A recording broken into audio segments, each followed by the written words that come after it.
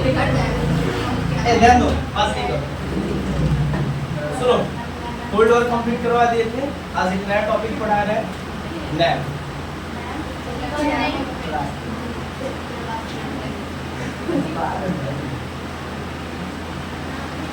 NAM जो है तुम लोग के लिए नया है, तुम लोग के लिए तो कोल्ड वॉर ही नया है, पूरा सब कुछ ही नया है। नया मतलब क्या, पूरा ही नया। तो नैम के बारे में जो है हम लोग जानते हैं, इसके बारे में पूरा डिस्कस करते हैं कि जो नैम है ये बेसिकली तुम्हारा फर्स्ट चैप्टर में लास्ट यूनिट, ठीक है। So today we are going to discuss about the history of NAM and the importance of the NAM during the cold war, right. Cold war जो था, secure जो चल रहा था, बेसिकली 45 साल तक जो सिक्योर चला, उस युद्ध में जो है इस युद्ध में जो है नैम इसी टाइम पे जो है, मतलब कहा जाता है कि NAM was the result of the bipolar politics. ये जो कोल्ड वॉर जब स्टार्ट हुआ, जहाँ पे दो ब्लॉक आए, the whole world was divided into two block, right. One is USA and second is called USSR. तो ये जो आइडियोलॉजिकल और जो मिलिट्री वॉर जो हुआ पूरी दुनिया में, जो पूरी दुनिया को जो है दो भागों में बांटा, राइट। और यहीं से स्टार्ट होता है the era of bloc politics, the era of bloc politics या the era of economic group and military group. यहीं से क्या होता है कि पूरी दुनिया को जो है दो खेमा में बांट दिया जाता है, राइट। जहाँ पे कैपिटलिस्ट ब्लॉक या एक को कहा जाता है सोशलिस्ट ब्लॉक। तो ठीक इसी टाइम पे जो है एक और ऑर्गेनाइजेशन का क्या होता है, जन्म होता है। खासकर ये ऑर्गेनाइजेशन उन लोग के द्वारा बनाया गया था जो लोग ये दोनों ही ब्लॉक को पसंद नहीं करते। साफ साफ कहा जाए तो दोनों ही ब्लॉक जो है मिलिट्रिज्म को फॉलो करते हैं। मिलिट्री ग्रुप बनाना, आइडियोलॉजी को बढ़ाना, एक तरीके का इंपीरियलिस्टिक पॉलिटिक्स इन दोनों ग्रुप में जो था ज्वाइन। तो कहीं ना कहीं क्या होता है कि ये जो नैम है, जिसको पूरा नाम इसका है non alignment movement. Non aligned movement, what is the meaning of non aligned movement? ये नैम को हम लोग कहा जाता है नॉन अलाइन्ड मूवमेंट। इसको हिंदी में कहा जाता है गुट निरपेक्ष आंदोलन। हिंदी में क्या कहा जाता है? गुट निरपेक्ष आंदोलन। ये जो गुट निरपेक्ष आंदोलन है और NAM as a organization, right, ये बेसिकली बिगिंस होता है after the second world war. मतलब जब द्वितीय विश्व युद्ध खत्म होता है और पूरे दुनिया में जो है एक नया युद्ध का आरंभ होता है, जिस युद्ध को हम लोग कोल्ड वॉर के नाम से जाने जाते हैं और ऑलरेडी कोल्ड वॉर पड़े भी। जिस टाइम कोल्ड वॉर स्टार्ट होता है तो बेसिकली कोल्ड वॉर कैसे स्टार्ट होता है? कोल्ड वॉर अगर देखा जाए तो पूरे वर्ल्ड को क्या करता है, after the end of second world war, याद रखना, after the end of second world war there is a new war was begins in the world. That war is called the ideological war, that is called cold war. तो जब ये cold war start होता है तो जहाँ पे दो ideology के बीच स्टार्ट होता है ना, एक आइडियोलॉजी को कहा जाता है जो कैपिटलिस्ट आइडियोलॉजी, राइट, एक को कहा जाता था कैपिटलिस्ट आइडियोलॉजी और एक को कहा जाता था सोशलिस्ट आइडियोलॉजी। यही दो आइडियोलॉजी के बीच जो है दो सुपर पावर्स के बीच लड़ाई हुआ और यही दोनों आइडियोलॉजी के आधार पे जो युद्ध हुआ, इससे पूरी दुनिया, पूरे गोटा दुनिया को दो भागों में बांट दिया।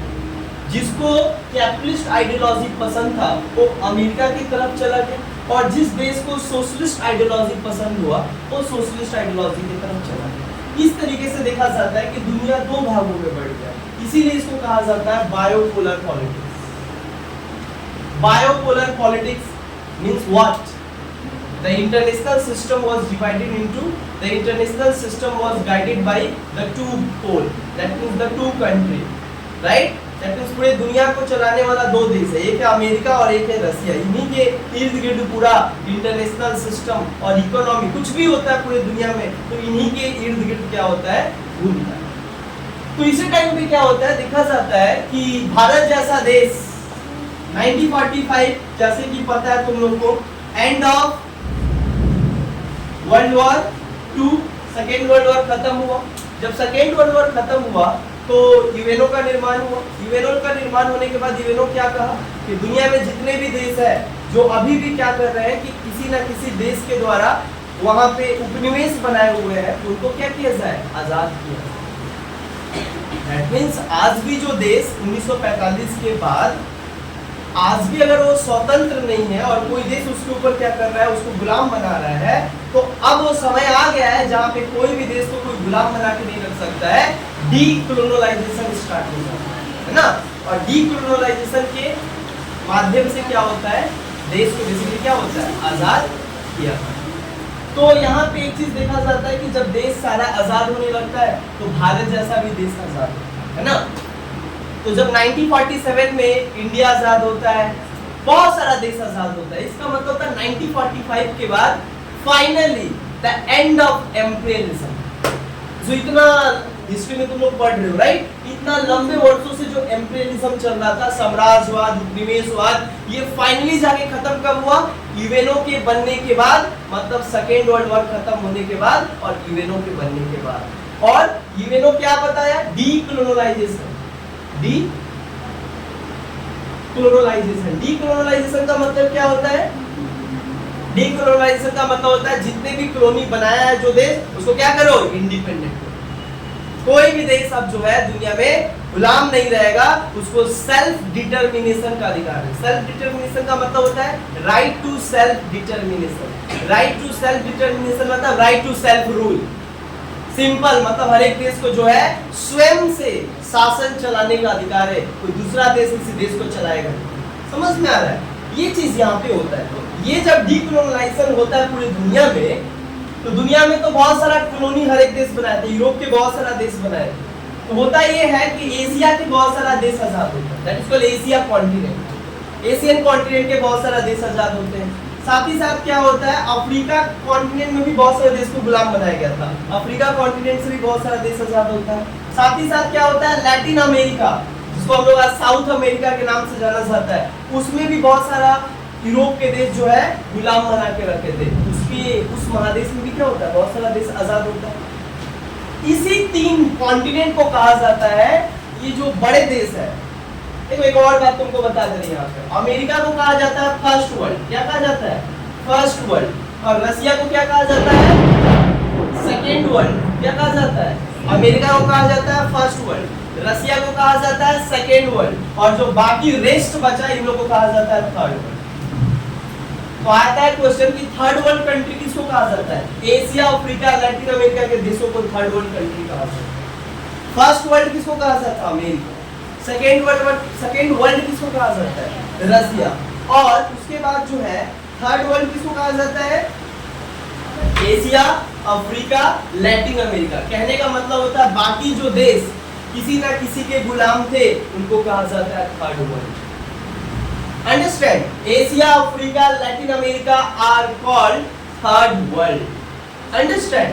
तो जब ये जो थर्ड वर्ल्ड जब क्या होता है 1945 के बाद यूएनओ के डिसीजन, यूएनओ के द्वारा ये डिसीजन लिया गया कि हर एक देश को जो है स्वतंत्रता का अधिकार है, और जल्द से जल्द जो देश जो है गुलाम बनाया है उसको जल्द से जल्द क्या करे, इंडिपेंडेंट करे। तो जैसे कि एशिया का कोई देश नाम बता रहे, लाइक इंडिया। 1947 में इंडिया को क्या होता है, आजादी मिल जाता है। 1947 India was independent from the British hand, right. अंग्रेजों के हाथों से जो है फाइनली 15 अगस्त 1947 ईस्वी को भारत क्या होता है, एक आजाद मुल्क के रूप में उभरता है, राइट। एशिया का देश हुआ, हाँ। साथ ही साथ अफ्रीका का एक और देश है, इसका नाम है इजिप्ट, है ना। इजिप्ट बेसिकली क्या होता है, आजाद होता है। लैटिन अमेरिका का बहुत सारा देश है, जैसे कि ब्राजील है, राइट, घाना है, बहुत सारा ऐसा देश है वो आजाद होता है। अब ये जितने भी देश आजाद होते हैं इनके पास एक समस्या होता है। क्या समस्या होता है, ये उनके पास समस्या, क्योंकि ये सब आजाद कब हो रहा है, जस्ट जब कोल्ड वॉर स्टार्ट हो रहा है, ठीक उसी समय ये सारा देश क्या हो रहा है, आजाद भी हो रहा है। तो उनके पास एक समस्या आ रहा था, क्योंकि पूरा इंटरनेशनल सिस्टम क्या था, 2 ग्रुप में बटा हुआ था, राइट। पूरा इंटरनेशनल सिस्टम क्या था, 2 ग्रुप में बटा हुआ था, अमेरिका और रसिया। ये जितने भी देश आजाद होते हैं उनके पास एक सेम क्या होता है, प्रॉब्लम आता है। क्या सेम प्रॉब्लम आता है कि हम किस ग्रुप में मिले, क्या अमेरिका के ग्रुप में हम मिले कि रसिया के ग्रुप में? राइट, इनके पास तो एक ही चीज आता है, या तो अमेरिका के ग्रुप में ज्वाइन हो जाओ या तो रसिया के ग्रुप में ज्वाइन हो जाओ। This condition is called the bipolar condition of world, क्योंकि दुनिया दो देशों के बीच, मतलब पूरा दुनिया जो है दो ब्लॉक में बट गया था और ब्लॉक पॉलिटिक्स स्टार्ट हो गया। ब्लॉक मतलब गुटबाजी, गुटबंदी स्टार्ट हो जाता, मतलब या तो इस ब्लॉक में आना पड़ेगा या तो इस ब्लॉक में आना पड़ेगा। दिक्कत ये नहीं था कि ब्लॉक में जाना था, दिक्कत ये था कि अगर अमेरिका के ब्लॉक में अगर आप मिल जाते हो, मान लो कोई कंट्री, सपोज दैट कोई कंट्री जो है अमेरिका के ग्रुप में मिलना चाहता है और रसिया का ऑटोमेटिक दुश्मन बन जाता है। ये ब्लॉक का सबसे बड़ा क्या नेगेटिव पॉइंट। दूसरा, अगर आप रसिया के कंट्री में मिल जाते हो, मतलब ब्लॉक में मिल जाते हो, तो आप किसका दुश्मन बन जाओगे? This is called the block politics. और ये ब्लॉक पॉलिटिक्स जो है ठीक इसी टाइम पे क्या होता है, स्टार्ट होता है। अब किसी देश के पास तीसरा कोई ऑप्शन नहीं था, मतलब there is no third option. ऐसा कोई ऑप्शन नहीं था कि अमेरिका में भी ना मिले, रसिया में भी ना मिले, अकेले रहे। अकेले भी नहीं रह सकते क्योंकि इंटरनेशनल सिस्टम वैसा नहीं है। तो हर एक देश के पास ये ना समस्या है, लेकिन इस समस्या को सबसे पहले एक नया नजर से देखने वाला व्यक्ति था भारत। जब भारत आजाद हुआ तो भारत के समय यही क्या होता है, सिचुएशन पैदा होता है, आइदर अमेरिका में ज्वाइन हो आइदर रसिया में ज्वाइन हो। और पंडित नेहरू इस बात को भली भांति जानते थे कि भारत अभी 200 वर्षों की गुलामी और 200 वर्षों के बेड़ियों से अभी आजाद हुआ है, और अभी आजाद हुए इसका एक दिन भी नहीं हुआ। और अगर फिर हम अमेरिका में अगर ज्वाइन हो जाए या रसिया में ज्वाइन हो जाए तो इस ग्रुप के अनुसार चलना पड़ेगा, जो इसका सुपर पावर हमको जो कहेगा उसके अनुसार चलना पड़ेगा। दैट मींस मेरा अपना कोई वजूद नहीं। फिर हम यही यूरोपियन देश का क्या बन जाएंगे, गुलाम बन जाएंगे। इस बार कैसे गुलाम बनेंगे, इकोनॉमिकली गुलाम बन जाएंगे। भले हम अपना मेरा प्रधानमंत्री होगा, लेकिन वो प्रधानमंत्री रहने का कोई फायदा नहीं है, उनके बात को सुनना पड़ेगा, जिससे हमारा संप्रभुता खत्म हो जाएगी। बट भारत अब जो है फिर से किसी भी तरीके से जो है किसी गुट में शामिल होने वाला नहीं था। और ये तो कंडीशन भी भारत का वैसा नहीं था कि वो रसिया में शामिल हो जाए या अमेरिका में शामिल हो जाए, क्योंकि जिस टाइम भारत आजाद होता है, इधर देखो, जिस टाइम भारत आजाद होता है उस समय भारत के पास बहुत ज्यादा समस्या है। खाने के लिए रोटी नहीं था, इतने सारे बड़े आबादी को खिलाने के लिए हमारे पास कुछ नहीं था। फूड इनसिक्योरिटी था। फूड इनसिक्योरिटी इतना था कि हमारा खेत तो था लेकिन खेत में अनाज नहीं उत्पादन हो पाता था। क्यों? बिकॉज ऑफ ड्रॉट, बाढ़ के कारण, सूखा के कारण, क्लाइमेट के कारण हमारे पास उतना टेक्नोलॉजी भी नहीं था कि हम क्या करें, फर्टिलाइजर इस्तेमाल करके फूड ग्रेन को क्या करें, प्रोड्यूस करें। भारत के पास स्थिति बहुत खराब था। एक यहाँ पे लोगों को खिलाए, दूसरा किस देश में जाकर मिले। ये दो समस्या था और दोनों ही भारत सोचता था कि अगर हम अमेरिका से मिल जाते हैं तो रसिया से हमको कोई हेल्प नहीं मिलेगा, अगर रसिया के ग्रुप में मिल जाते हैं तो अमेरिका से मुझे कोई हेल्प नहीं मिलेगा। लेकिन अभी तो हम इतना ना गरीब है कि जो भीख दे दे उसी से मेरा घर चल जाएगा। बट हम किसी एक का होके नहीं रहना चाहते, क्योंकि अगर एक का अगर किसी का हो जाए तो उसके कहे अनुसार मानना पड़ेगा और दूसरे का वो हमेशा हमेशा के लिए दुश्मन बन जाएंगे और भारत का फॉरेन पॉलिसी भी खत्म हो जाएगा और भारत एक बार फिर इकोनॉमिकली गुलाम बन जाएगा इस ग्रुप। भारत हरगिज चाहता नहीं था, क्योंकि भारत अपने इतिहास से ये सीखा है कि भारत जो है गुलाम नहीं रहेगा। भारत ऑलरेडी 200 वर्षों का गुलामी अभी खट के जस्ट भारत छोड़ो आंदोलन न जाने कितने लाशों से होकर जो है भारत को आजादी मिली, फिर उस स्थिति को फिर हमको दोहराना नहीं हो। ये बात केवल भारत मतलब ज्यादातर ये सोचता था, क्योंकि भारत का उस समय लीड कर रहे थे कौन, जेल नेहरू, पंडित नेहरू, जो एक अलग ही मतलब डिप्लोमेटिक पर्सन। डिप्लोमेटिक कहने का मतलब होता है, पंडित नेहरू के बारे में कभी स्पेशली पढ़ाएंगे तो तुमको समझ में आएगा।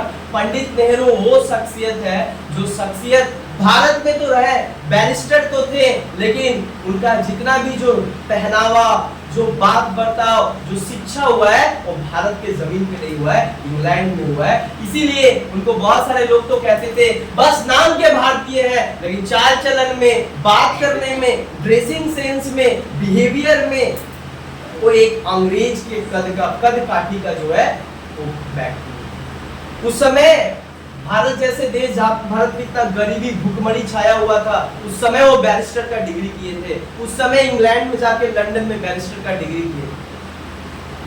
इंसान का उस समय भारत में घर तक नहीं होता था, इनका लंदन में 4 मकान, 4 तल्ला जो था उनका घर था।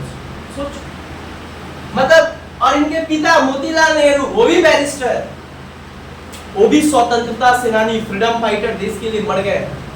तो वो व्यक्ति थे जो ये भी चाहते थे कि भारत का इतिहास, पंडित नेहरू गांधी से काफी प्रभावित थे। पंडित नेहरू गांधी से काफी प्रभावित थे। पंडित नेहरू देश के इतिहास को बड़े अच्छी तरीके से समझते थे। देखो हिस्टोरिकली भी हम किसी ब्लॉक का साथ नहीं दे सकते थे, और करंट सिचुएशन भी वैसा नहीं था हमारा कि हम किसी ग्रुप में जाकर क्या करें, मिल जाए, क्योंकि हम ना इकोनॉमिकली ठीक थे ना सोशली। देश का स्थिति बहुत बद से बदतर था। खाने के लिए हमारे पास फूड नहीं था, इकोनॉमी कैसे भी टाइम टू के चलता था, हमारे पास पैसा होता नहीं था। तो ऐसा स्थिति में क्या होता है कि कोई देश किसी ग्रुप में कैसे नहीं, इस बात पे पंडित नेहरू जो है थोड़ा जोर दे। जब ये पंडित नेहरू ये सोचने लगे कि भाई भारत किसी ग्रुप में नहीं ज्वाइन होगा, क्योंकि यदि भारत किसी एक ग्रुप को चयन करता है तो दूसरे ग्रुप से उसको सहायता मिलना बंद हो जाएगा, और जब अगर सहायता मिलना बंद हो जाएगा, भारत इतना गिरा हुआ इकोनॉमी है कि अभी भारत को चाहिए कि पैर पे खड़ा हो जाए, तब जाकर क्या करे, कोई डिसीजन ले। अभी भारत को पैर पे खड़ा होना है।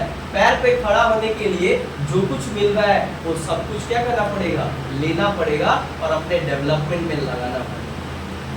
तो भारत क्या करता है, बोलता है हम किसी ग्रुप में ज्वाइन नहीं।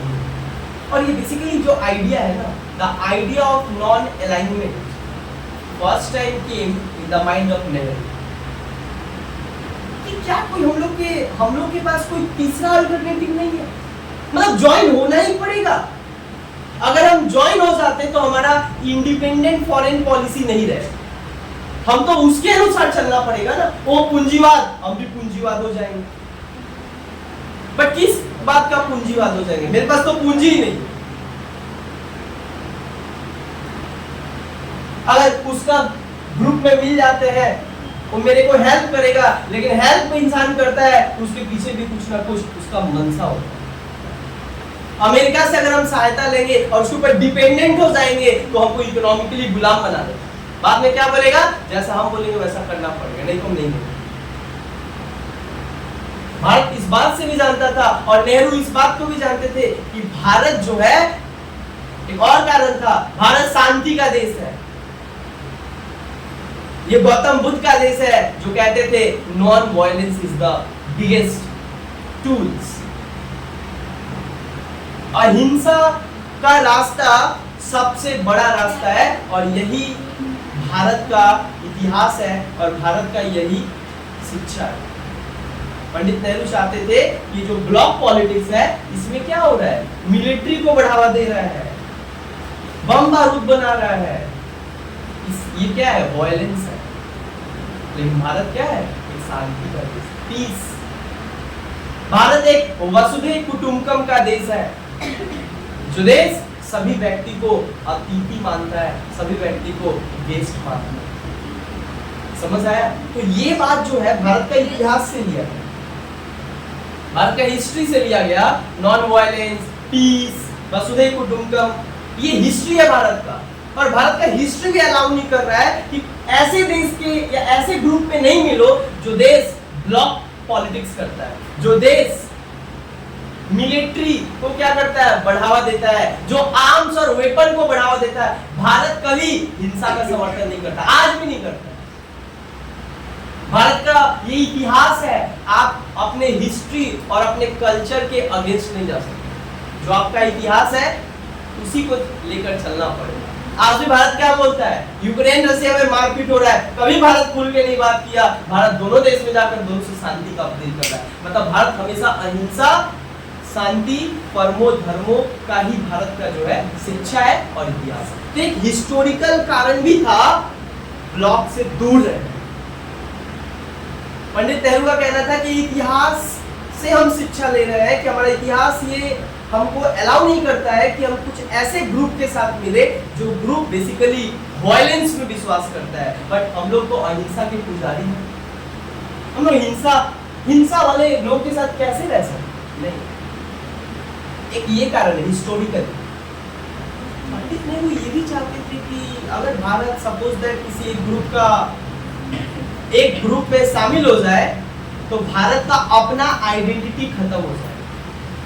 और पंडित नेहरू जो थे ना, वो चाहते थे कि भारत को ये जितने भी जो गरीब और जितने भी जो गुलाम देश थे, मतलब जो अभी आजाद नए जो न्यूली इंडिपेंडेंट स्टेट है, मतलब जो नया किसी ना किसी साम्राज्यवाद से अभी आजाद हो रहे हैं, इन सबको क्या करे, इन सबको लीड कौन करे? Bharat. That means India will lead the new independent state. That means India वो चाहते थे कि भारत एक लीडर के रूप में हो, मतलब भारत जो है थर्ड वर्ल्ड कंट्री का क्या बने? लीडर बने। क्योंकि उनके अंदर लीडरशिप क्वालिटी था और वो मानते थे कि भारत जैसा बड़ा देश और भारत जैसा एंशिएंट सिविलाइजेशन वाला कंट्री, भारत जो इतना पुराना सभ्यता वाला देश है, जिसका संस्कृति इतना पुराना है और इतना जनसंख्या वाला देश, भारत को लीड करना चाहिए। थर्ड वर्ल्ड कंट्री को इस मुश्किल घड़ी में जो है भारत को क्या करना चाहिए? मार्गदर्शन बनना चाहिए। क्योंकि भारत का एक इतिहास है क्या? विश्व गुरु। ये भारत का संस्कृति है। एक समय था प्राचीन काल में कि पूरे दुनिया के लोग आते थे तक्षशिला विश्वविद्यालय में पढ़ने, नालंदा विश्वविद्यालय में पढ़ने। भारत को सोने की चिड़िया का देश कहा जाता था, विश्व गुरु कहा जाता था। दुनिया हमारे समक्ष ही देखता था, क्योंकि दुनिया का पहला सिविलाइजेशन हम थे। दुनिया का पहला धर्म सनातन, दुनिया का पहला शिक्षक यहाँ का। तो पूरा दुनिया हमेशा से ही भारत की तरफ मुंह करके रहा है कि भारत हर मुसीबत में क्या करेगा? हमें मार्गदर्शन करेगा। पंडित नेहरू का ये ड्रीम था और ये देश का ड्रीम था। और पंडित नेहरू जो है ये अपना पर्सनल ड्रीम भी बना के रखे थे कि इंडिया विल लीड, मतलब भारत फ्रंट से क्या करना चाहिए? दुनिया को लीड करना चाहिए। एक तरफ अमेरिका अपने आप को लीड कर रहा है फर्स्ट वर्ल्ड को, रसिया लीड कर रहा है सेकेंड वर्ल्ड को। क्यों ना जो नया इंडिपेंडेंट देश है, जो अभी अभी आजाद हुए हैं, जिनको कुछ नहीं पता है, उनके पास भी यही क्वेश्चन है कि हम किस ग्रुप में जाएं। बट उनके पास भी वही है जो भारत 200 वर्षों से गुलाम था, हो सकता है वो भी तो 200 वर्षों 300 वर्षों 400 वर्षों से गुलामी के बेड़ियों से अभी जस्ट आजाद हो। अगर फिर ग्रुप में चल जाए तो फिर क्या हो जाएंगे? फिर तो गुलाम बन जाएंगे। तो भारत चाहता था कि इन लोगों को लेकर क्या बने? भारत थर्ड वर्ल्ड का क्या बने? लीडर। बट इसके लिए क्या करना पड़ेगा? एक ऑप्शन निकालना पड़ेगा ताकि उन दोनों में ना ज्वाइन। तब जाके पंडित नेहरू के मन में एक सवाल आता और एक आइडिया आता। बोलते हैं हम दोनों ग्रुप में से किसी ग्रुप में नहीं ज्वाइन होंगे, हम दोनों ग्रुप से अलग रहकर नैम जैसे ऑर्गेनाइजेशन में रहकर हम लोग अपना इंडिपेंडेंट फॉरेन पॉलिसी और अपना इकोनॉमिक डेवलपमेंट करेंगे। मतलब हम दोनों में से किसी ग्रुप में नहीं ज्वाइन होंगे, हम लोग का एक अलग ऑर्गेनाइजेशन होगा सारे थर्ड वर्ल्ड कंट्री का। जो भी आजाद देश है इस नैम का क्या बनेगा? सदस्य बनेगा। और ये नैम जो है कि दोनों ब्लॉक से क्या रहेगा? दूर रहेगा, अलग रहेगा। और क्या करेगा? अपने विकास के लिए जो कुछ भी जरूरी है। कहाँ थे बाबू? इधर ही आते दीजिए ना।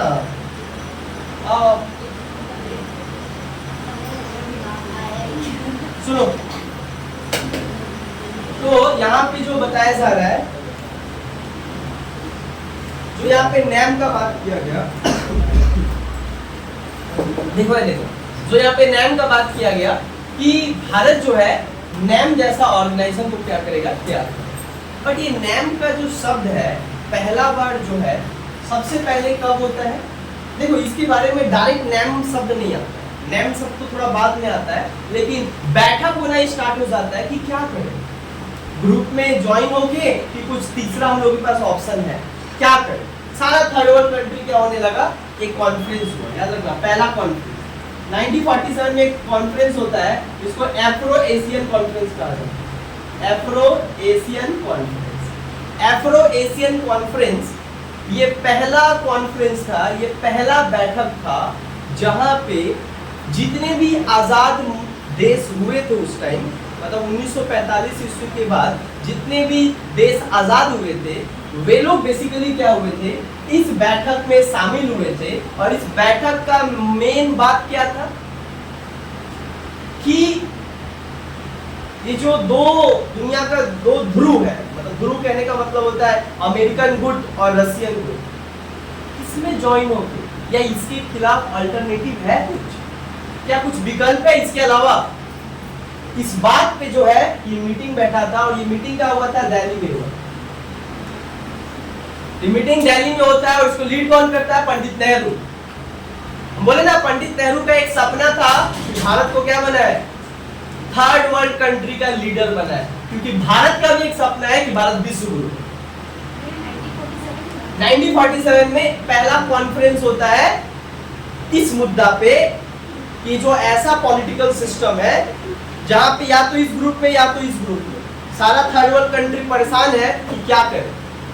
इसके लिए जो है एफ्रो एशियन कॉन्फ्रेंस होता है। और इस एफ्रो एशियन कॉन्फ्रेंस में सुनो ध्यान दो, इस एफ्रो एशियन कॉन्फ्रेंस में एशिया और अफ्रीका के नाम पे इस कॉन्फ्रेंस का नाम रखा है एफ्रो एशियन, क्योंकि ज्यादातर जो देश इस बैठक में शामिल हुए थे वो एशिया से आए थे और कहां से आए थे, अफ्रीका के देश में, इसलिए इसका नाम क्या पड़ गया, एफ्रो एशियन कॉन्फ्रेंस। और इस कॉन्फ्रेंस में बात हुआ, पहला बार बात किया गया कि क्या करें, लेकिन इसमें जो है कोई सॉल्यूशन नहीं निकला, मतलब बात हुआ कि हम लोग और क्या कर सकते, इसके अलावा कोई ऑप्शन है क्या, आगे देखो। ठीक इसके बाद जो है 1947 के बाद क्या होता है, एक और कॉन्फ्रेंस होता है, एक और कॉन्फ्रेंस होता है। क्या कॉन्फ्रेंस होता है, 1955 में क्या होता है, एक कॉन्फ्रेंस होता है, जिस कॉन्फ्रेंस का नाम क्या है, बांडुंग कॉन्फ्रेंस। क्या होता है, बांडुंग कॉन्फ्रेंस। 1955 में क्या होता है, फाइनली बांडुंग कॉन्फ्रेंस होता है। अच्छा बांडुंग क्या होता है, जो बांडुंग है, बांडुंग बेसिकली क्या है, इंडोनेशिया का कैपिटल है। क्या है, इंडोनेशिया एक एशिया का देश है, जिस इंडोनेशिया का राजधानी का नाम क्या है, बांडुंग। जैसे भारत का राजधानी न्यू दिल्ली है, उसी तरीके से इंडोनेशिया का राजधानी का नाम क्या है, बांडुंग। और ये कॉन्फ्रेंस का हुआ था इंडोनेशिया के राजधानी में, इसलिए इस कॉन्फ्रेंस का नाम क्या पड़ा था, बांडुंग कॉन्फ्रेंस। तो the first time official conference for the formation of a new organization which is far away from the bloc politics, मतलब एक ऐसा संगठन बनाए जो क्या है, दोनों ब्लॉक से दूर रहे। इसके लिए जो है पहला कॉन्फ्रेंस होता है 1955 और ये बांडुंग कॉन्फ्रेंस कहलाता है। इस कॉन्फ्रेंस में क्या होता है, इंडोनेशिया के जो राष्ट्रपति थे जिनका नाम था डॉक्टर सुकर्नो, क्या नाम था, डॉक्टर सुकर्नो। अच्छा जो डॉक्टर सुकर्नो है ये इस देश को क्या करते हैं, लीड करते हैं, देश को क्या करते हैं, लीड करते हैं। मतलब ये कॉन्फ्रेंस का होस्ट कौन करता है, इंडोनेशिया के राष्ट्रपति जिनका नाम था डॉक्टर सुकर्नो। और इस कॉन्फ्रेंस में 29 देश शामिल हुए, 29 कंट्री क्या होता है, 29 देश जो है बेसिकली इस कॉन्फ्रेंस में क्या होता है, शामिल होता है। अच्छा ये जो 29 देश शामिल होते हैं,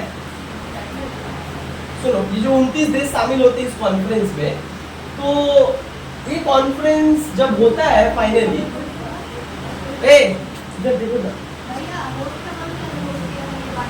डॉक्टर सुकर्णो। बांडुंग कॉन्फ्रेंस जो है इंडोनेशिया के राष्ट्रपति डॉक्टर सुकर्णो के द्वारा क्या होता है, होस्ट किया जाता है।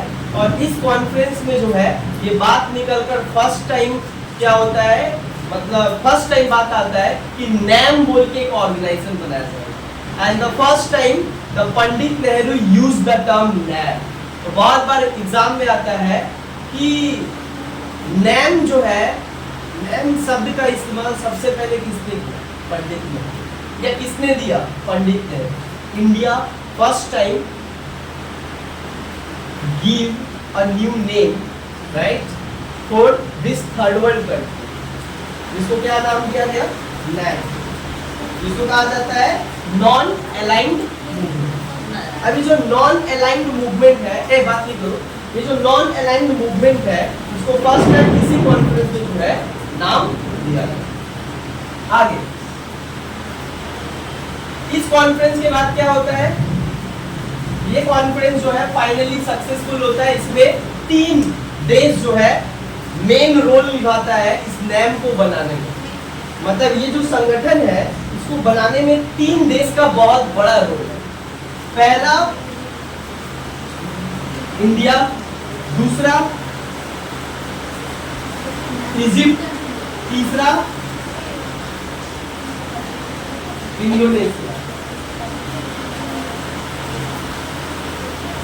ध्यान दो, ये जो बांडुंग कॉन्फ्रेंस हुआ था इसमें दुनिया के 3 सबसे बड़ा मतलब इंपॉर्टेंट देश था जो इस संगठन को बनाने में क्या किया था, अपना अहम भूमिका निभाया। और तीनों का नेता का नाम बता दे रहे, ये तीनों का नेता कहा था। इंडिया के जो व्यक्ति जो इसको लीड कर रहा था उसका नाम क्या था, जवाहरलाल नेहरू, पंडित नेहरू, जवाहरलाल नेहरू।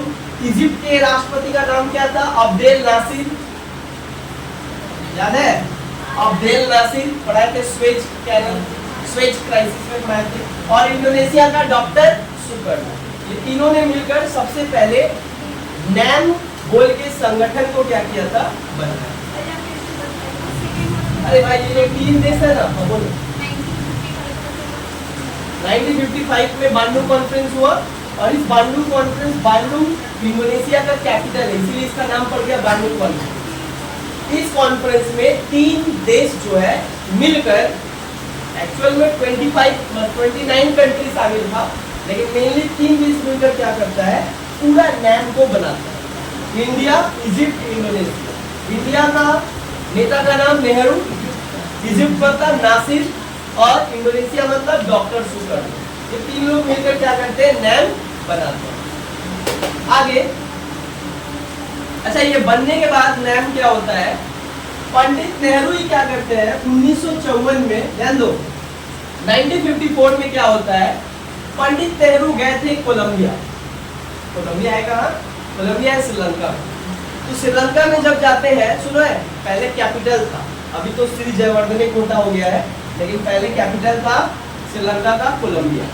तो कोलंबिया जब जाते हैं पंडित नेहरू, तो वहां पे क्या करते हैं, वो बताते हैं कि what were the main principle and main doctrine of NAM. ये जो नैम बोल के संगठन है, ये संगठन का मूल सिद्धांत क्या है जिसके ऊपर ये संगठन पूरा पूरा टिका हुआ है।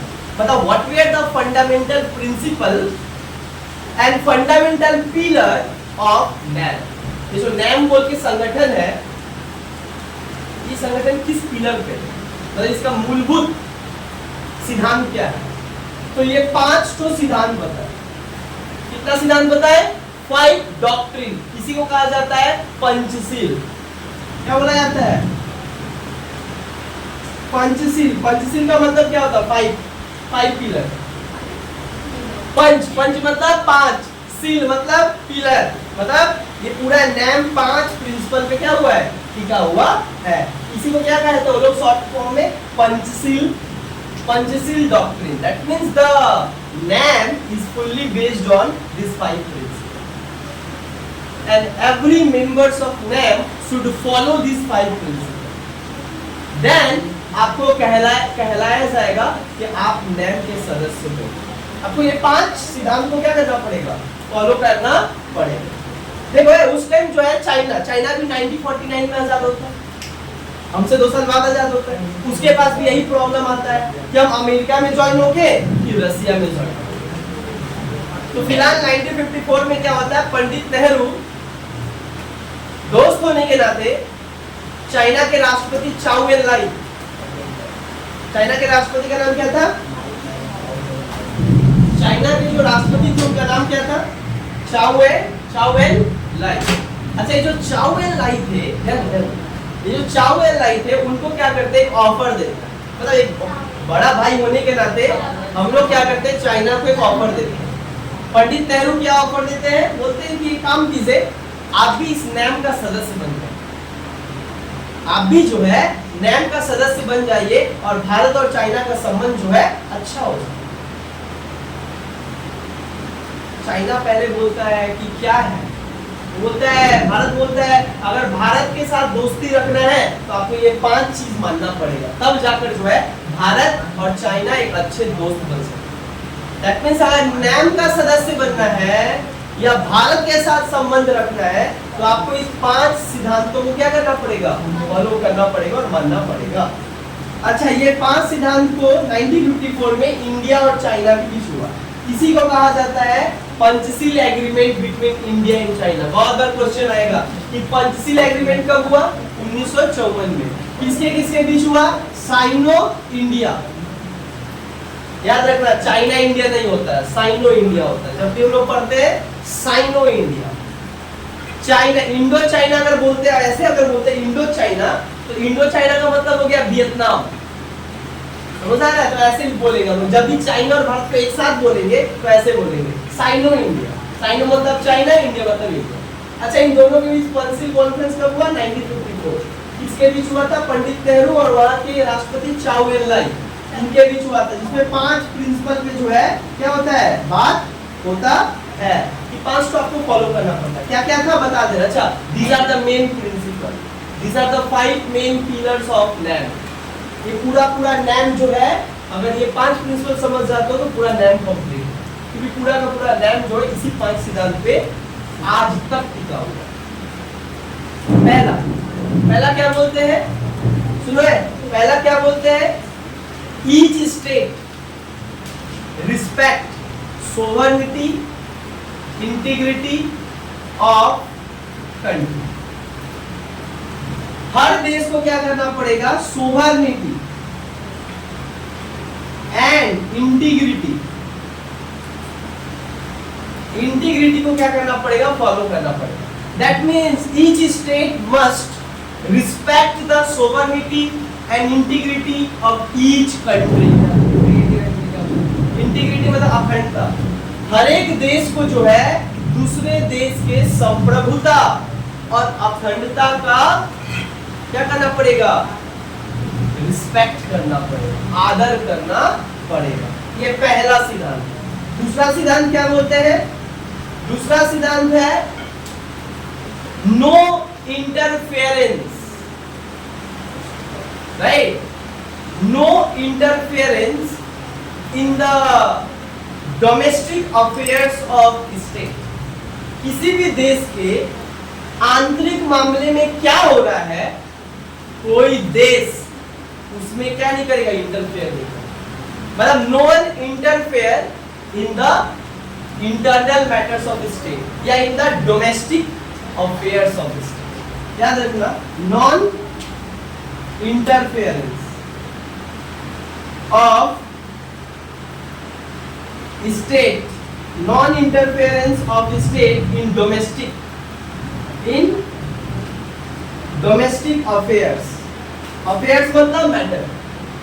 मान लो भारत और चाइना एक दूसरे का दोस्त है, तो इस प्रिंसिपल के आधार पे क्या होगा कि अगर भारत में कोई बात होता है तो चाइना उस बात को जो है इसके लिए क्या करेगा, इंटरफेयर नहीं करेगा। ये भारत का बात है, भारत के देश में हुआ है, भारत उसको हैंडल करेगा। बाहर का मतलब घर में हमारा क्या हो रहा है, वो बाहर का इंसान को इंटरफेयर करने की जरूरत नहीं है। This is the principle of this is the second pillar of NAM। अच्छा, तीसरा गुट निरपेक्ष आंदोलन का क्या है, सुनो, ये 5 को एकदम याद रखना। तीसरा क्या है, नॉन एग्रेशन। क्या है, non aggression. Non aggression, non aggression मतलब हिंदी में अतिक्रमण, अतिक्रमण मतलब अतिक्रमण पर पाबंदी। इसका मतलब होता है नॉन एग्रेशन का मतलब होता है कोई भी देश एग्रेसिवनेस मतलब एग्रेसिव नहीं होगा, मतलब कोई भी देश जो है कितना भी कुछ हो जाए अटैक नहीं करेगा। समझ आया? कोई भी नेम का अगर देश है और नेम का संगठन में हो, आप किसी भी देश के ऊपर अटैक नहीं करोगे, पहला बात। This is called non aggressive. उसके बाद क्या बोला गया है? नॉन एग्रेसिव के बाद बोला गया है म्यूचुअल कोऑपरेशन। क्या बोला गया है? Mutual cooperation. कोऑपरेशन मतलब आपसी सहयोग, mutual cooperation of every state. हर स्टेट, हर एक राज्य क्या करेगा? दूसरे राज्य के साथ म्यूचुअली कोऑपरेट करके चलेगा। समझ आ रहा है? मतलब नेम का अगर मेंबर हो तो सारे देशों के साथ मिलकर चलना पड़ेगा। ऐसा नहीं कि तुम अकेले चलोगे और बाकी सब इधर चल रहा है, ऐसा नहीं होगा। You have to cooperate with the members of NAM. पांचवा क्या है? पांचवा है पीसफुल कोएग्जिस्टेंस। क्या है? Peaceful coexistence. पीसफुल कोएग्जिस्टेंस को हिंदी में क्या कहा जाता है? शांतिपूर्ण सह अस्तित्व। Every matter should be solved through the peaceful means.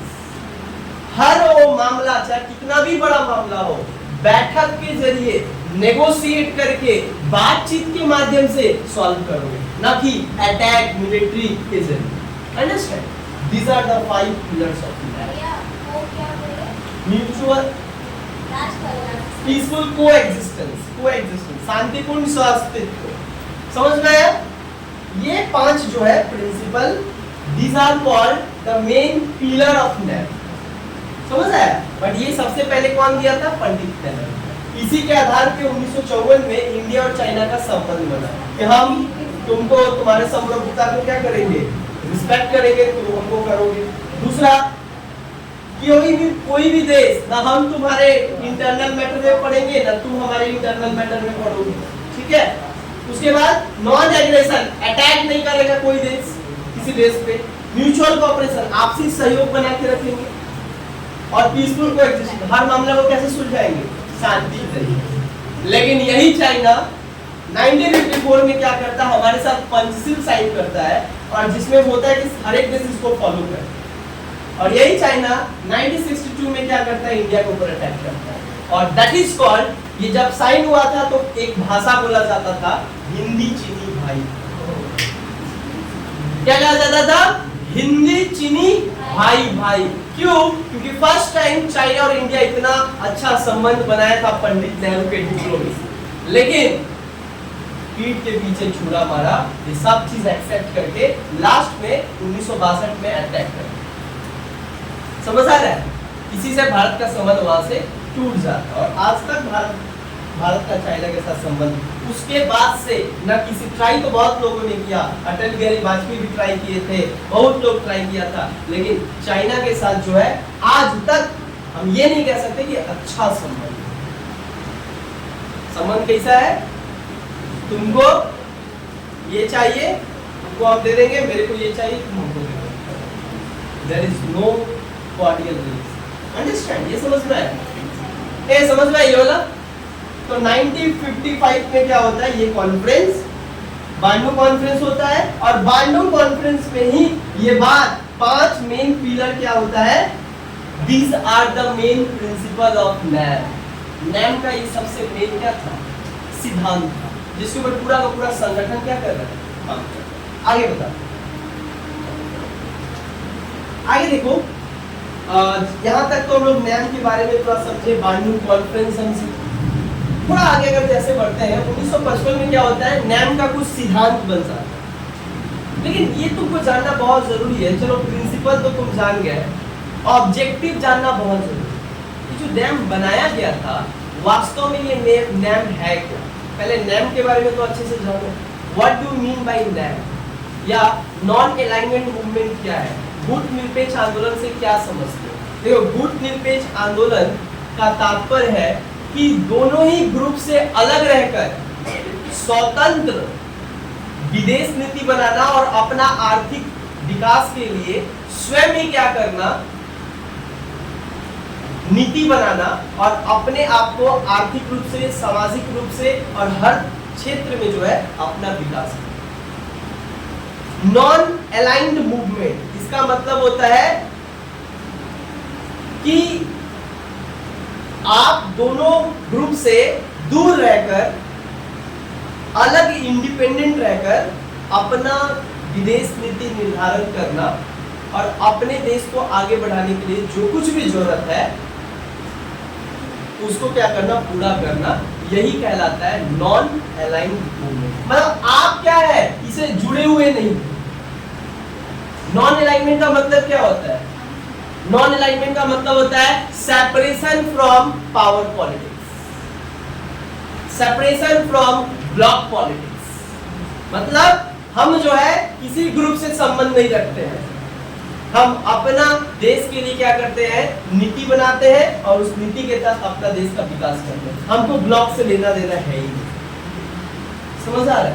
इसको कहा जाता है गुट निरपेक्ष। गुट निरपेक्ष मतलब गुट से निरपेक्षता रखना, निरपेक्षता मतलब अलग रखना। ठीक है, नैम का मतलब ही ये होता है कि अपने आप को गुट से अलग रखना। गुट से अलग रखना मतलब ब्लॉक से क्या करना, ब्लॉक पॉलिटिक्स से अपने आप को अलग रखना। To separate themselves from the power politics or power block. और power block means military group, अपने आप को मिलिट्री ग्रुप से अलग रखना और उन सारे संगठनों से दूर रखना जो हिंसा फैलाते हैं या जो परमाणु और अस्त्र शस्त्र का क्या करते हैं, उपयोग करने में विश्वास रखते हैं। सभी देशों से अपना रिश्ता को तोड़ देना और अलग रहने की नीति को ही कहा जाता है नैम। मतलब दोनों ब्लॉक पॉलिटिक्स से अलग रहने की नीति को ही कहा जाता है नैम। अंडरस्टैंड, समझ गया? नैम का मतलब क्या होता है? अब बात आ रहा है कि ये नैम क्यों बनाया। ये इतना सारा चीज बताया समझ में आ गया, बट उसको जस्ट पॉइंट में बता दो। नैम क्यों बनाया गया? What were the main objective behind the NAM? जो पंडित नेहरू और इतना बड़ा लोग मिलकर इतना माथा यहाँ पे फोड़ रहे थे कि भाई क्या करे, कौन सा संगठन बनाए जिससे अपने देश के आइडेंटिटी को बचा सके, तो उन लोगों ने नैम बनाया। नैम बनाने के पीछे कारण क्या था? देखो, सबसे पहला ऑब्जेक्टिव क्या था? ऑब्जेक्टिव ऑफ नैम, सबसे पहला ऑब्जेक्टिव क्या था? नैम बनाने का सबसे पहला ऑब्जेक्टिव क्या था? पावर पॉलिटिक्स से दूर रखना। राइट, अपने को क्या करना? पावर पॉलिटिक्स से दूर रखना, मतलब ब्लॉक पॉलिटिक्स से दूर रखना। ब्लॉक पॉलिटिक्स से अवे रखना, मतलब अपने आप को क्या करना? दूर रखना। पहला उद्देश्य क्या है? अपने आप को ध्रुवीय, अपने आप को जो द्विध्रुवीय राजनीति है उससे अलग रखना। To separate themselves from the block politics, अपने आप को द्विध्रुवीय राजनीति से अलग रखना की नीति को ही कहा जाता है नैम। और ये एक उद्देश्य भी है कि भाई पावर पॉलिटिक्स से दूर रहे। और दूसरा क्या है? दूसरा उद्देश्य क्या है नैम बनाने का?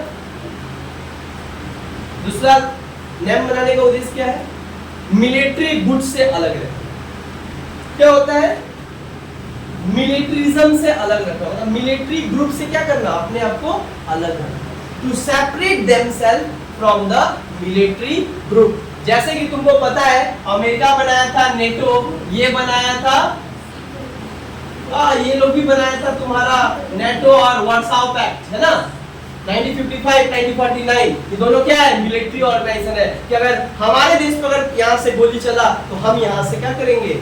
यहाँ से वर्साई, मतलब बेसिकली क्या था? ये वेस्टर्न अलायंस था, वेस्टर्न मिलिट्री ग्रुप था नेटो, और ये क्या था? ईस्टर्न मिलिट्री ग्रुप था वार्साओ। दोनों का मकसद था एक दूसरे के खिलाफ क्या करना? जंग करना। भारत बोला मिलिट्री से अपने आप को अलग रखना ही, अलग रखने के लिए ही हम लोग नैम बनाए। तो दूसरा उद्देश्य क्या है? सेपरेट फ्रॉम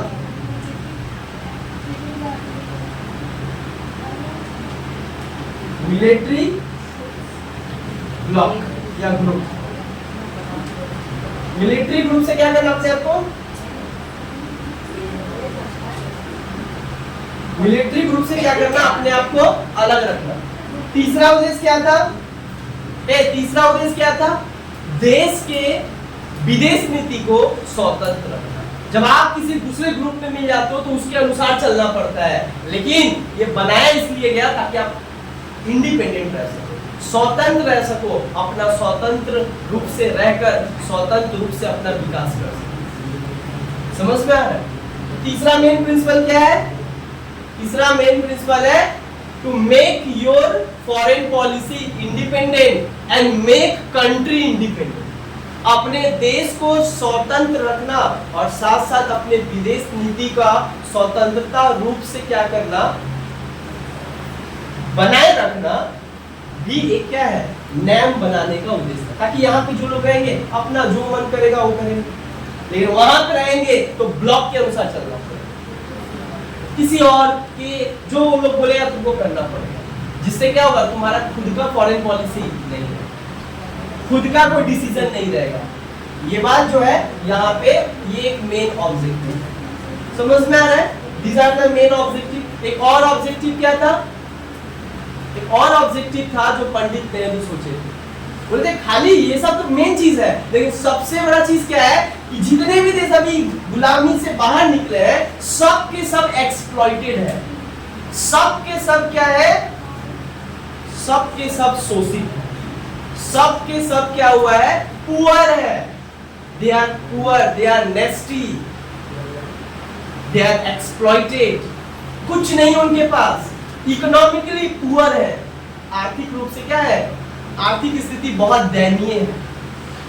और अगर आर्थिक स्थिति किसी देश का बेहतर बनाना है तो हमें ब्लॉक से बहुत दूर रहने की आवश्यकता है। कैसे? अगर आप किसी एक ब्लॉक में मिल जाओगे तो अमेरिका से जो सहायता मिलेगा उसी से अपना डेवलपमेंट करना पड़ेगा, जिससे तेजी से डेवलपमेंट नहीं होगा। लेकिन अगर आप क्या करोगे? सुनो, लेकिन अगर क्या करोगे? दोनों ग्रुप में ना मिलके किसी अलग संगठन में रहोगे, नैम में, तो जरूरत पड़ने पे आप रसिया से भी सहायता ले सकते हो और जरूरत पड़ने पे आप अमेरिका से भी इकोनॉमिक बेनिफिट ले सकते हो। और दोनों देश देगा क्यों? क्योंकि आप किसी देश के साथ नहीं। अगर इससे मांगते हो तो जानता है कि हम सहायता नहीं करेंगे तो उससे ले लेगा, बट आपका इसमें दोनों में फायदा हो सकता है, आपका दोनों से फायदा हो जाएगा। आप अमेरिका से भी जाकर बोले तो मेरे को इकोनॉमिक हेल्प चाहिए, आप रसिया से भी इकोनॉमिक हेल्प चाहिए, और वो दोनों आपस में लड़ रहे हैं, उनका कोई दिक्कत नहीं। आपको पैसा मिला ना, आपको पैसा से काम है अपना इकोनॉमिकली डेवलप करने। एक और बात, जब आप नैम में रहोगे तो आपके पास पावर होगा to criticize the both super power, दोनों सुपर पावर को गाली दे सकते हो उसके बाद पे कि तुम यहाँ पे गलत कर रहे हो और तुम यहाँ पे गलत कर रहे हो। लेकिन जब किसी ग्रुप में ज्वाइन हो जाओगे तो ये गलत भी करेगा या अच्छा भी करेगा, तुमको गाली देना पड़ेगा रसिया को, बट अमेरिका गलत करे लेकिन अमेरिका को गाली नहीं देता क्योंकि उस ग्रुप के तुम हिस्सा हो। चिराग पासवान एनडीए और बीजेपी के अलायंस में है। चिराग पासवान को चाहे कितना भी बुरा लगे और बीजेपी के लोग उनके साथ कर दे, लेकिन वो क्या बोले हैं? हम हनुमान हैं, हम हनुमान हैं और देश के प्रधानमंत्री का मरते दम तक साथ देंगे। मतलब उनके साथ कितना भी कुछ हो जाए, अपने ही उनको भले गाली दे, लेकिन उनको अब तो गलती कर दी है ना, बोल के अब क्या करना पड़ेगा? मानना पड़ेगा। लेकिन जब नैम में रहोगे तो फ्री रहोगे, अगर जरूरत पड़ेगा गलत ये है तो गलत कह सकते हो, पर जब अपना ही घर गलत है तो अपना घर को गलत नहीं, सिंपल बात है। बट यहाँ पे क्या कर सकते हो? आप दोनों को क्रिटिसाइज कर सकते हो, जिससे आप क्या बना सकते हो? बैलेंस कर सकते हो दोनों। ये पावर केवल नैम के पास। अच्छा, ये सारा चीज तो तुमको ऑब्जेक्टिव बता, ऑब्जेक्टिव समझ में आया? हाँ, अच्छा, ऑब्जेक्टिव एक इसका और क्या था? एक सबसे बड़ा ऑब्जेक्टिव बता दे रहे, इसका क्या था? नैम बनाने का, गुट निरपेक्ष बनाने का एक सबसे बड़ा है, इधर देखो, नैम बनाने का सबसे बड़ा ऑब्जेक्टिव था डिसआर्मेंट। डिसआर्मेंट का मतलब क्या होता है? जितने भी अस्त्र शस्त्र परमाणु जितने भी हैं उसको क्या करना, reduce all kinds of weapons and arms. D जिसको हम बोलते हैं जिसको ये कर देना, मतलब डिजार्मेंट। डिजार्मेंट का मतलब क्या होता है, डिजार्मेंट का मतलब निष्क्रिय कर देना सारा परमाणु और सारा अस्त्र शस्त्र, क्योंकि नैम के देश मानते हैं अस्त्र शस्त्र मानव के डिजास्टर के लिए बनाया जाता है, उनके विध्वंसक के लिए बनाया जाता है, ये मानव सभ्यता के लिए सही नहीं है।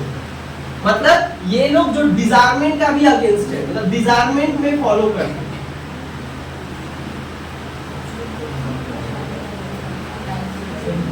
डिजार्मेंट, द प्रोसेस ऑफ डिजार्मेंट। डिजार्मेंट मतलब अस्त्र शस्त्र का निष्क्रियकरण करना।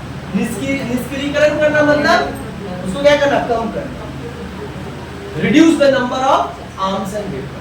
जितना भी हथियार बढ़ते जा रहा है उसको क्या करो, कम करते जाओ, तनाव क्या हो जाएगा, कम हो जाएगा। ये जो है मेन ऑब्जेक्टिव है। और सबसे लास्ट पीस, शांति दुनिया में लाना नैम का सबसे बड़ा। Incoming voice call from Kusi Paswan X ठीक on है। Sim 2.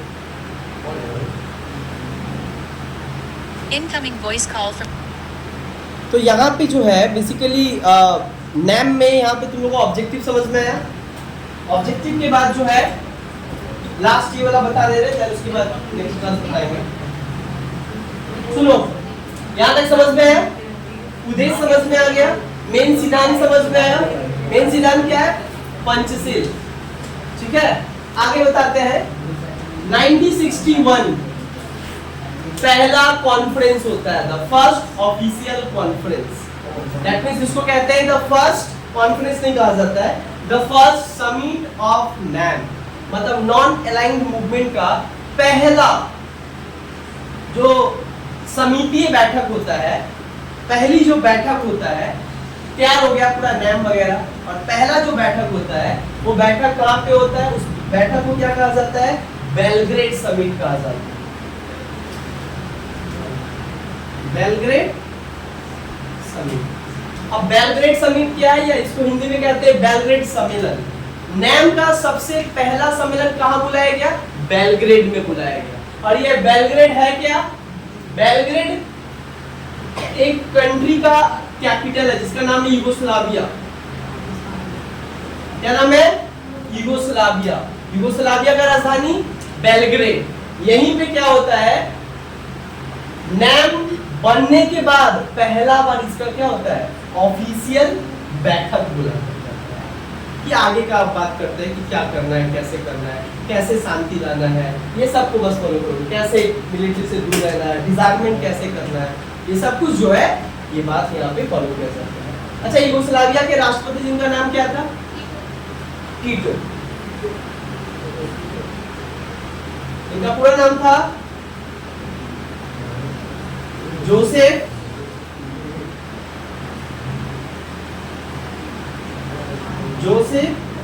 मार्शल था ना, जोसेफ मार्टियो टीटो, ऐसे लिखो जोसेफ टीटो। जोसेफ टीटो इनका पूरा नाम था, जो यूगोस्लाविया के राष्ट्रपति थे। अच्छा, एक और बात, नैम जिस देश में होता है उस देश के राष्ट्रपति उसको क्या करते हैं, उसको प्रेसाइड करते हैं, चेयरमैनशिप करते हैं, मतलब चेयरपर्सन होता है, राइट। वही होस्ट करता है। जैसे भारत में G20 हुआ तो होस्ट कौन किया, India. The prime minister of India, right, hosted the G20 meeting. Similarly NAM जिस देश में होता है उस देश का राष्ट्रपति उसको क्या करता है, होस्ट करता है। होस्ट करता मतलब बैठक का सभापतित्व करता है, बैठक को चलाता है। तो यूगोस्लाविया में पहला कॉन्फ्रेंस होता है, this is the first summit, this is the first official summit, जिसमें जोसेफ टीटो बेसिकली क्या करते हैं, यहाँ पे बैठक करते हैं। इसमें कितने देश शामिल थे, 25 देश शामिल थे। और यहाँ पे जो है बेसिकली क्या होता है, बातचीत होता है कि आगे किस तरीके से जो है हम लोग गुट निरपेक्ष जो संगठन है उसको और आगे कैसे ले जा सकते हैं, ये बात जो है यहाँ पे बताया गया। अब बता रहे हैं ये नैम 1961 में स्टार्ट हुआ, और नैम जो है हर एक 3 साल बाद इसका बैठक होता है। That means every 3 years the summit of या the conference of NAM was happened। मतलब हर एक 3 साल पे एक बार क्या होता है, इसका बैठक अलग अलग देश में होता है। जैसे भारत में जो है पहला बार भारत में इसका कॉन्फ्रेंस कब हुआ था, जब भारत लीड किया था नैम को बनाने में। तो सबसे बड़ा मतलब कंट्रीब्यूशन किसका है, इंडिया का। इंडिया लीड कब किया, 1983 न्यू दिल्ली में जो है उस समय 1983 में प्रधानमंत्री कौन था, Indira Gandhi. And Indira Gandhi hosted the NAM. Okay, और ऐसे करके जो है आज जो है लगभग कितना बार, मतलब कितना बार बैठक हो गया नैम का बैठक हो गया 19 बार। कितना बार, 19 बार। और कितना साल के बाद नैम का बैठक होता है, प्रत्येक 3 साल के। अच्छा, नैम का बैठक का सभापतित्व तो कौन करता है, जो देश में होता है उस देश के राष्ट्रपति या द हेड ऑफ गवर्नमेंट या द हेड ऑफ कंट्री। जो देश के प्रधान होते हैं या जो देश के मुखिया होते हैं वही क्या करते हैं, इसको लीड करते हैं। साथ ही साथ 19वां कॉन्फ्रेंस कहाँ हुआ है, लास्ट सुन लो, ये अब करेंट का बता रहे हैं। 2024 में इसका कॉन्फ्रेंस हुआ था, जिसको 19 कॉन्फ्रेंस कहा जाता है। मतलब फ्रॉम 1961 टू 2024 अभी तक कितना कॉन्फ्रेंस हुआ है, 19। और 19 कहाँ हुआ था, कौन सा देश किया था इसको, युगांडा। राइट, युगांडा एक देश है, जो देश बेसिकली क्या किया था, 19 इसका सभापतित्व किया था। एट प्रेजेंट जो 1961 में नैम बना था, 1961 में बनके तैयार हो गया था और स्टार्ट हो गया था। ये 1961 से लेके 2024 तक आज दुनिया के 120 देश इस देश का क्या है, member. That means 120 countries supported NAM, and not only supported, 120 country is the principal member of NAM। मतलब 120 देश आज गुटनिरपेक्ष संगठन का क्या है, सदस्य। 2024 में हुआ था, 19 बैठक हुआ था युगांडा में। अंडरस्टैंड, तो 120 देश यहाँ पे शामिल है।